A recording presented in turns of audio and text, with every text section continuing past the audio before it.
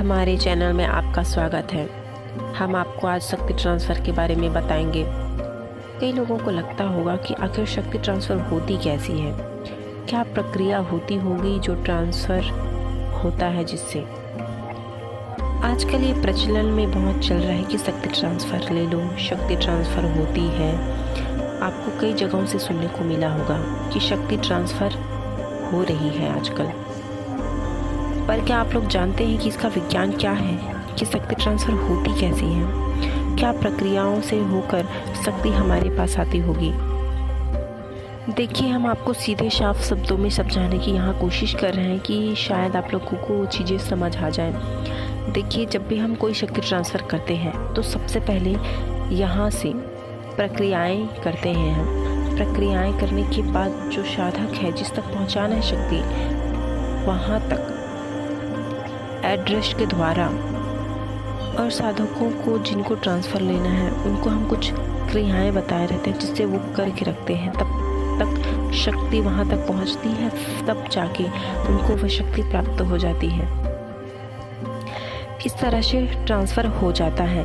लेकिन कुछ गुरु ऐसे होते हैं या बोलते हैं आजकल यूट्यूब पे कि हमने तो शक्ति ट्रांसफ़र कर दी, लेकिन आपके अंदर वो ऊर्जा नहीं है जिसके कारण आपको वो शक्ति दिखाई नहीं दे रही है। तो फिर आपने ट्रांसफ़र किस बात का किया बताइए।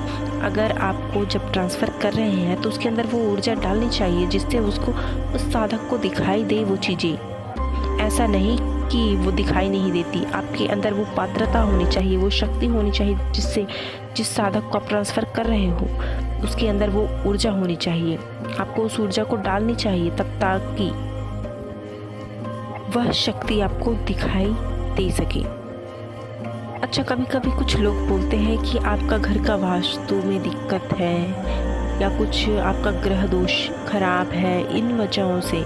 ऐसा कुछ नहीं होता, जैसे आपकी भ्रांतियाँ फैल रही हैं, आप लोगों के मन में ऐसा चल रहा होगा या आपको सुनने को मिला होगा, पर ऐसा कुछ नहीं होता है।